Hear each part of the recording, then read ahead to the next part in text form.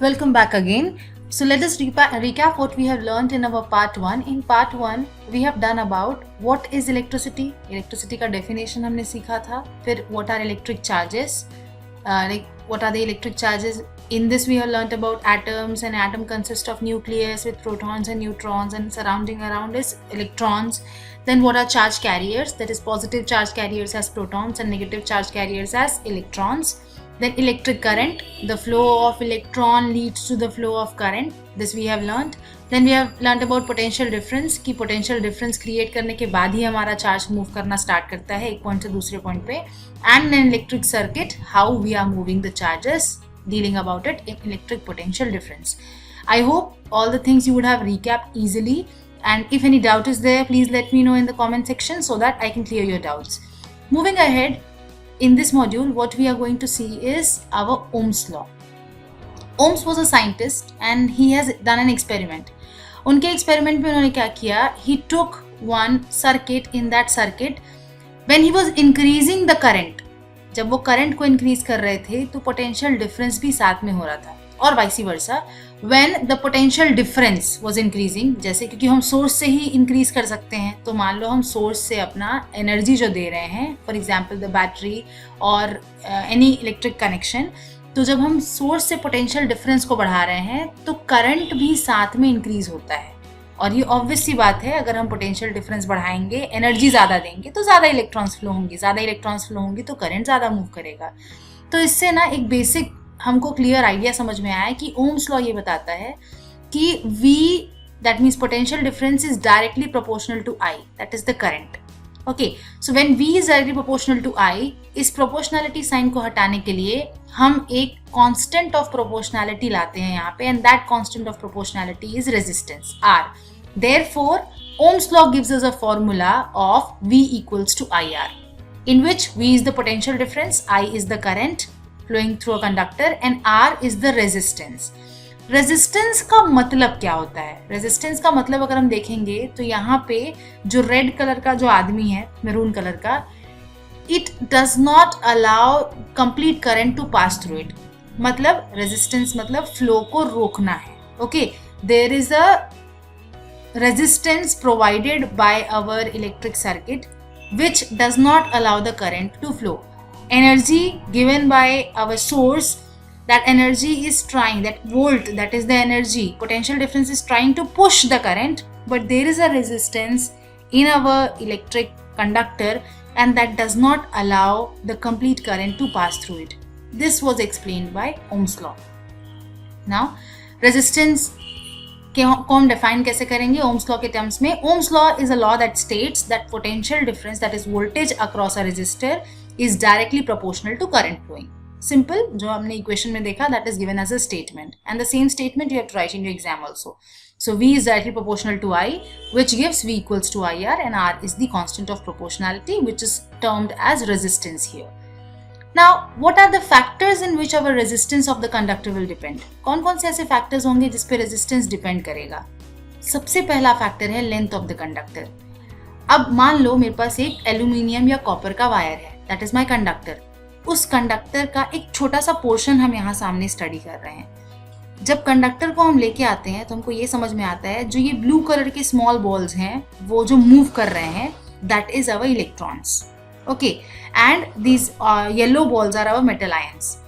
तो अगर हम लेंथ को बढ़ाएंगे हमारे कंडक्टर का, या मतलब हमारे वायर का लेंथ हम बढ़ाएंगे, तो उससे क्या होगा? ज्यादा नंबर ऑफ मेटालिक आयंस होंगे. ऑब्वियसली इलेक्ट्रॉन्स भी ज्यादा होंगे, पर ज्यादा नंबर ऑफ मेटालिक आयंस उसको क्या करेंगे? स्ट्राइक करेंगे इलेक्ट्रॉन्स को और मूव करने के लिए हर्डल प्रोवाइड करेंगे. दैट मीन्स अगर हमारा लेंथ इंक्रीज होता है तो हमारा रेजिस्टेंस भी इंक्रीज होता है, उसको आगे बढ़ने के लिए उतना ज्यादा रुकावट भी मिलता है. Therefore resistance is directly proportional to length of the conductor. Our next factor is area of cross section. जैसे एक सिंपल सर्किट में, एक सिंपल वायर में जितने नंबर ऑफ इलेक्ट्रॉन्स है वो इजीली फ्लो कर रहे थे. मैंने जैसे ही एरिया को कम किया तो रेजिस्टेंस हमारा ज़्यादा हो गया. क्यों? क्योंकि फ्लो इजीली नहीं हो रहा है. दैट मीन्स ये ऑपोजिट रिलेशन है इसमें. अगर हम एरिया बढ़ाएंगे तो रेजिस्टेंस कम हो जाएगा, आराम से फ्लो करेंगे इलेक्ट्रॉन्स, और अगर एरिया कम करेंगे तो हमारा रेजिस्टेंस बढ़ जाएगा. So here we get a relation that resistance is inversely proportional to area. That means R is inversely proportional to 1 upon E. Okay. So और थर्ड फैक्टर है हमारा nature of material. Nature of material मतलब दो type के materials होते हैं हमारे पास, एक कंडक्टर एक insulator. Basically if we divide we have two types, that is conductor and insulator. So conductors ऐसे सब्सटेंस होते हैं जो रेजिस्टेंस कम देता है. जैसे कॉपर वायर, हम वायर कॉपर ही क्यों यूज करते हैं, copper silver, why do we use all this, because it allows less resistance. वो इजीली करंट को, इजीली इलेक्ट्रॉन्स को फ्लो करना अलाउ करता है. So those are known as conductors. और ऐसे सब्सटेंस जो अपने अंदर इलेक्ट्रॉन्स को फ्लो करना अलाउ नहीं करेगा, ज़्यादा रेजिस्टेंस प्रोवाइड करेगा, उसको हम इंसुलेटर्स बोलते हैं. Okay, so it is obvious कि अगर नेचर ऑफ मटेरियल अगर हमारा कंडक्टर है तो इलेक्ट्रॉन्स बहुत अच्छे से फ्लो होगा, तो रेजिस्टेंस कम होगा. इंसुलेटर है तो अगर इलेक्ट्रॉन्स फ्लो ही नहीं कर पा रहे हैं तो हमारा ये रेजिस्टेंस ज़्यादा प्रोवाइड कर रहा है. Okay, there is also a third kind of object which we are creating artificially. उसको हम बोलते हैं alloy. उसमें हम क्या करते हैं, 2-3 मेटल्स को मिक्स कर देते हैं. हमको जैसी प्रॉपर्टी चाहिए मेटल की या फिर हमको जिस काम के लिए चाहिए उस हिसाब से हम उसकी रेजिस्टेंस या कंडक्टिविटी को कंट्रोल करते हैं. About alloys we will be learning in detail afterwards. So total अगर तीनों फैक्टर्स को हम कंसिडर करते हैं तो रेजिस्टेंस डायरेक्टली प्रोपोर्शनल है लेंथ के. लेंथ बढ़ा तो रेजिस्टेंस बढ़ा, लेंथ कम हुआ तो रेजिस्टेंस कम हुआ. Similarly resistance is inversely proportional to area. Area बढ़ा, रेजिस्टेंस कम हुआ, एरिया कम हुआ, रेजिस्टेंस बढ़ गया. तो अगर इन दोनों को कंबाइन करते हैं तो resistance is directly proportional to length and inversely proportional to area. Proportionality sign को हटा के अगर हमको इक्वल टू साइन लाना है तो हम एक नया टर्म जो ग्रीन कलर से रिप्रेजेंट कर रहा है उसको इंट्रोड्यूस करते हैं, and that term is known as resistivity और specific resistance. And this resistivity depends upon the nature of the material. Okay, that means conductors के जितने भी टाइप ऑफ कंडक्टर्स हैं सबका एक स्पेसिफिक रेजिस्टिविटी है. जितना ज्यादा रेजिस्टिविटी होगा दैट मीन्स उतना ज्यादा रेजिस्टेंस होगा, तो वो उतना कम फ्लो करेगा करंट को. So what is resistivity? जो सेम पिछला जो रिलेशन था, सेम रिलेशन को रेजिस्टिविटी के टर्म्स में बस कन्वर्ट कर दिए हैं. रेजिस्टिविटी को राइट हैंड साइड में और बाकी सारे टर्म्स को लेफ्ट हैंड साइड में ले आए, तो उससे हमको ये समझ में आया resistivity is equal to RA upon L. Resistivity is not dependent upon area and length of the conductor. Resistivity सिर्फ और सिर्फ डिपेंड करता है नेचर ऑफ सब्सटेंस के ऊपर, कि सब्सटेंस का नेचर कैसा है. Okay, also in other words we can define as resistivity is the resistance or specific resistance of a object where area is considered to be 1 meter square and cross section area and the length is taken to be 1 meter. Okay, जैसा हम बाकी सबका unit निकालते हैं वैसा. Connection of resistance. Most important topic of this chapter is now what we are dealing is how can we connect different resistance. पहला होता है हमारा सीरीज रेजिस्टेंस और दूसरा कनेक्शन होता है पैरेलल रेजिस्टेंस. सीरीज रेजिस्टेंस का मतलब क्या होता है, जब हम एंड टू एंड रेजिस्टेंस, एक रेजिस्टेंस दूसरा रेजिस्टर तीसरा रेजिस्टर को जब एंड टू एंड हम कनेक्ट करते हैं तो उसको हम लोग बोलते हैं सीरीज कनेक्शन. उसमें क्लियरली समझ में आ रहा है कि जो इलेक्ट्रॉन्स हमारे निकल रहे हैं या फिर जो करंट अगर हमारा फ्लो कर रहा है वो पहले रेजिस्टेंस 1 में जा रहा है, फिर सेकेंड में जा रहा है, फिर थर्ड में जा रहा है. मतलब इससे क्लियरली समझ में आता है कि हमारा सेम करंट पूरे सर्किट पे फ्लो करता है. मान लो अगर मेरा रेजिस्टर नंबर 2 काम करना बंद कर जाए तो क्या मेरा करंट वहीं पे ब्रेक हो जाएगा? और अगर सर्किट मेरा वहीं ब्रेक हो गया मतलब मेरा पूरा सर्किट ब्रेक हो जाएगा और करंट फ्लो करना स्टॉप कर जाएगा. Okay, so dealing about series resistance in detail, let us derive कि अगर मेरे को इस पूरे सर्किट का कंप्लीट रेजिस्टेंस निकालना है तो मैं कैसे निकालूंगी. So this is our series resistance. Series resistance में क्लियरली समझ में आ रहा है कि हम कुछ पोटेंशियल डिफरेंस प्रोवाइड कर रहे हैं और same current R1, R2, R3 से जा रहा है. So here we know that same current passes through R1, R2, R3, that is I जो सोर्स में हम लोग दिए हैं. इलेक्ट्रिक पोटेंशियल जो हम सोर्स पे दे रहे हैं वो V है, but electric potential at R1 is changed क्योंकि R1 को जितना रिक्वायरमेंट है वो उतना एनर्जी यूज करेगा, उसके बाद करंट फ्लो करेगा 2 पे, तो फिर R2 को जितना एनर्जी चाहिए वो उतना पोटेंशियल लेगा, फिर R3 को जितना एनर्जी चाहिए वो उतना पोटेंशियल लेगा. तो तीनों में हमारा पोटेंशियल डिफरेंस अलग अलग होता है. दैट मीन्स V1 में पोटेंशियल डिफरेंस अक्रॉस R1 हो जाएगा, V2 is potential difference across R2 and V3 is at R3. And initially हम कितना प्रोवाइड कर रहे हैं, total energy V is our electric potential. Now according to Ohm's law क्या बोलता है, V equals to IR। This is the simple formula. अब हमको अगर डिराइव करना है रेजिस्टेंस का फॉर्मूला तो हम क्या करेंगे, V1 के लिए क्या हो जाएगा I1R1, ओके, V2 के लिए क्या हो जाएगा IR2 एंड V3 के लिए IR3। I क्यों कॉमन है, क्योंकि सेम करंट सोर्स से निकल रहा है और सेम करंट तीनों रेजिस्टेंस में फ्लो कर रहा है। Okay, so total we know that total energy तो हमारा जितना सोर्स से निकल रहा है वही बटेगा R1 R2 R3 में, इसीलिए potential difference V will be equal to V1 plus V2 plus V3। और इक्वेशन नंबर 1 2 3 4 को हम जब कंसिडर करते हैं तो वहां से हमारा निकल जाएगा IR equals to I1R1 plus I2R2 plus I3R3। बस V के फॉर्मूला में V1 V2 V3 तीनों को हम यहाँ पे रिप्लेस कर दिए हैं। यहाँ पे I क्लियरली दिख रहा है कि कॉमन टर्म बाहर निकल जाएगा। I will be cancelled from both the sides. So finally we get the formula for series resistance as R equals to R1 plus R2 plus R3. Now it is independent. जितने number of resistors हमको डालने हम डाल सकते हैं. It will be continuing rth term, rnth term. मान लो अगर 5 resistance है तो R will be equal to R1 plus R2 plus R3 plus R4 plus R5. Depend करता है कितने हैं। जैसे मान लो यहाँ पे हमारे पास 2 रेजिस्टेंस है तो सीरीज रेजिस्टेंस में हमारा क्या हो जाएगा, R equals to R1 plus R2. Now let us go to our parallel resistance. Parallel क्या होता है, ये end to end कनेक्शन नहीं होता, ये एक कॉमन पॉइंट होता है जिस पॉइंट से हम तीनों रेजिस्टेंस को अलग करते हैं और एक कॉमन पॉइंट पे वापस मर्ज कर देते हैं। इसमें क्या होता है क्लियरली समझ में आ रहा है, हम जब पोटेंशियल डिफरेंस, जब हम करंट पास करवा रहे हैं, इनिशियली हमारा I करंट एक पॉइंट तक जा रहा है, उस पॉइंट के बाद वो तीनों रेजिस्टर में अलग अलग डिवाइड हो रहा है, I1, I2 एंड I3 में, और कुछ पॉइंट के बाद वापस वो मर्ज कर जा रहा है और मर्ज करके वो अंदर चला जाएगा। So our total current will be I equals to I1 plus I2 plus I3. And the major important factor is यहाँ पे potential difference across all 3 resistance will be same. Potential difference जो source में था V, the same will be there for R1, same V will be there for R2 and same V will be there for R3. So here what we come is some same potential difference is maintained between R1, R2 and R3 and at the source also is V. Current from the source is coming out as I. Current across R1 will be I1. जितना R1 को required है वो उतना ही current लेगा, ठीक है, जितना R2 then it will be I2 and R3 it will be I3. Now same according to Ohm's law we have the formula V equals to IR. So therefore I equals to V upon R. बस उसको हम interchange कर लिए हैं, just cross multiplying according to our formula.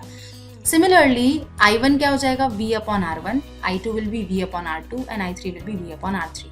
So now total current हमारा तो conserved है, total current नहीं तो कोई इलेक्ट्रॉन्स बाहर तो कहीं मूव कर नहीं रहे हैं। So I equals to I1 plus I2 plus I3 and this gives from 1 2 and 3 equation V equals to V, अच्छा यहाँ पे by mistake I have written 2 2 2 equation, it will be 1 2 and 3 equation. So V upon R equals to V upon R1 plus V upon R2 plus V upon R3। V common term निकल जाएगा, V will be cancelled. So 1 upon R, that is 1 upon total resistance will be equal to 1 upon R1 plus 1 upon R2 plus 1 upon R3. एक चीज note करने की है कि जब हम सीरीज रेजिस्टेंस देख रहे थे तो सीरीज रेजिस्टेंस में सारे रेजिस्टेंस एड ऑन हो रहे थे, मतलब जो हमारा इक्विवेलेंट रेजिस्टेंस रहेगा वो एक बड़ा वैल्यू होगा। और यहाँ पे पैरेलल में जब हम रेजिस्टेंस को देख रहे हैं ओवरऑल तो वो 1 अपॉन के टर्म्स में आ रहा है, दैट मीन्स हमारा इक्विवेलेंट रेजिस्टेंस ओवरऑल कम हो जा रहा है। Okay, so this is when we are connecting two resistance in parallel, it will be 1 upon R total equals to 1 upon R1 plus 1 upon R2. Simple. Now this is the denotion of this is how we denote resistance R1 R2. So simple, it is given as a formula. R total for series is R1 plus R2 plus Rn, and R1 and R2 if they are in parallel, so 1 upon R1 R2 until how many resistance we have. Now let us see कि actually कैसे होता है। जैसे हम electricity को battery के source से, for example we are trying to flow the electricity, series resistance में क्या हो रहा है, क्योंकि सेम करंट फ्लो कर रहा है तो पहले वो पहले बल्ब से जाएगा फिर वो दूसरे बल्ब से जाएगा। पैरेलल में ऐसा है कि मान लो अगर कभी भी वो करंट जाके तो डिवाइड हो जाता है दोनों में, तो डिवाइड होने से हमको ये फायदा है कि मान लो कभी सर्किट ब्रेक हुआ हमारा, जैसे पैरेलल में यहाँ पे एग्जांपल दे रहा है, सर्किट अगर कभी ब्रेक हुआ तो ब्रेक होने से जो सर्किट ब्रेक हुआ है वहां पे करंट फ्लो नहीं करेगा और दूसरा वाला अपना कंप्लीट सर्किट बना के वहां से फ्लो कर जाएगा। This is the most important reason why we use parallel connections in our home. हम सीरीज कनेक्शन यूज नहीं करते अपने घर में। जैसे हम इलेक्ट्रिसिटी जो दिवाली में हम जो लाइटिंग्स यूज़ करते हैं, ऐसा कई बार होता है कि एक लाइट अगर गई तो फिर पूरी लाइट्स एक बार ख़राब हो जाती हैं, और कई बार ऐसी भी होती है कि 3-4 लाइट्स ख़राब होती हैं, फिर बाकी सारी लाइट्स चलती रहती हैं. It is because of the combination of resistance in series और in parallel. Similarly same example, series में अगर किसी भी एक बल्ब में कोई प्रॉब्लम आया या फिर अगर वो बंद हुआ तो सर्किट हमारा ओपन हो जाएगा और करंट फ्लो नहीं करेगा, तो सारा सिस्टम हमारा ख़राब हो जाएगा. पर पैरेलल में ऐसा नहीं है. पैरेलल में उसको और 2-3 पाथ मिल रहा है जाने के लिए, तो उसमें से अपना सर्किट क्लोज करके वो सिर्फ वो इंस्ट्रूमेंट हमारा काम नहीं करेगा और बाकी सारे इंस्ट्रूमेंट्स काम करने लगेंगे. Now the next is our circuit diagram. Practically, it is not possible for us to draw this bulb or our resistance, or if we want to study our domestic appliances, so it is not possible for us to draw cooler or electric heater as a diagram. तो हम उसके लिए एक short notation use करते हैं, and that short notation is known as circuit diagram. So for electric cell, the diagram is also given, और electric cell क्या होता है वो भी दिया हुआ है. Combination of so many cells, 2-3 cells को एक साथ बैक टू बैक कनेक्ट करते हैं वो, या फिर एक बड़ा बैटरी का डिनोशन ये होता है. जो बैटरी और सेल में जो बड़ी वाली डंडी होती है, that is giving us positive sign and the small one shows us the negative. Okay, negative terminal. Plug key जब हम एक्सपेरिमेंट्स करेंगे, ओपन प्लग की हमारा when it is open, we are talking about these two plug key, open and closed one. In this what we are seeing is, जब हम keys को निकाल देते हैं तो वो हमारा स्विच ओपन होता है, और जब कीज को हम पुट कर देते हैं तो हमारा स्विच क्लोज होता है. This is about our plug की मतलब it is just like our switch board. हम अगर स्विच ऑन कर रहे हैं, दैट मीन्स हमारा सर्किट पूरा क्लोज हो गया. स्विच ऑफ कर रहे हैं तो सर्किट हमारा ओपन हो गया and the current will not flow. जब 2 जगह वायर्स जॉइंट रहते हैं उसको ऐसे दिखाते हैं. जब एक वायर दूसरे वायर से जॉइंट नहीं होता, ऊपर से फ्लो हो जाता है, so it is crossing. Next is it is not crossing. And electric bulb को हम इस साइन से डिनोट करते हैं. A resistor is denoted by this, and actually the resistance looks like this. And variable resistance हम जब experiment करेंगे labs में, so it will be showing us our rheostat, and this is how rheostat looks like. Rheostat is an instrument in which we have coiled, number of coils are there in our rheostat. उससे क्या होता है, अगर हमको resistance बढ़ाना है तो हम उसका पोजीशन, rheostat का पोजीशन चेंज कर देते हैं. रेजिस्टेंस कम करना है तो हम rheostat का पोजीशन, जो हमारा कनेक्शन रहेगा, वो जो हैंडल रहेगा, उसको हम पीछे ले आते हैं. This is how we control our resistance. इसीलिए इसका नाम वेरिएबल रेजिस्टेंस भी है. Next is emitter. Emitter we have already seen while we were doing current, and next one is voltmeter. This is how voltmeter looks like, and this is the symbol of voltmeter. So overall in this module we have dealt about what is Ohm's law, resistance and resistivity, connection of resistance in series and parallel, and our circuit diagram with major of the diagrams which we use in our electric circuit for our study purpose. So this is all. Thanks for watching.